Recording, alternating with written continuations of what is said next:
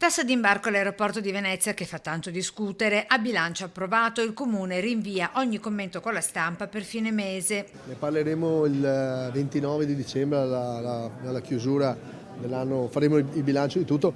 Il provvedimento, spiega Brugnaro, volto a tutelare la storicità di Venezia. Ecco come. Ricordo solo che 2 anni fa abbiamo, come Consiglio Comunale, all'unanimità abbiamo chiesto il rifinanziamento della legge speciale con 150 milioni di euro all'anno per 10 anni, vuol dire 1,5 miliardi in 10 anni, e credo che sia assolutamente indispensabile che questo si capisca a livello governativo.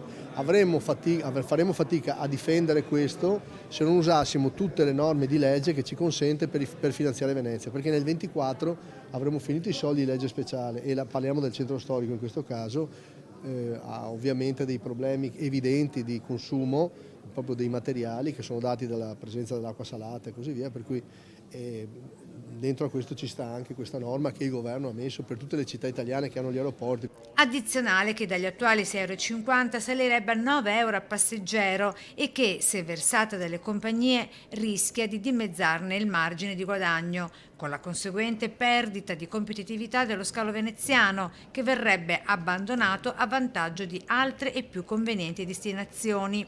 Ma sulla questione il sindaco tira dritto. Vabbè, ognuno minaccia, io non minaccio nessuno, mi spiace per tutti, insomma noi facciamo il nostro lavoro e difendiamo i cittadini. È uno sforzo che non possiamo chiedere ai veneziani, dobbiamo farlo veramente chiedendo a chi viene a Venezia come turista di darci una mano, insomma. Sono cose che si fanno in tutte le città del mondo, perché di Venezia ce n'è una sola. E nel giorno della vigilia non potevano mancare gli auguri natalizi. Le persone che sono in difficoltà, che sono in difficoltà economiche, ma anche quelle che sono in difficoltà personali, che sono in difficoltà familiari, che hanno dei problemi, ricordiamoci di loro e guardiamoci anche vicino, proprio al nostro vicino di casa.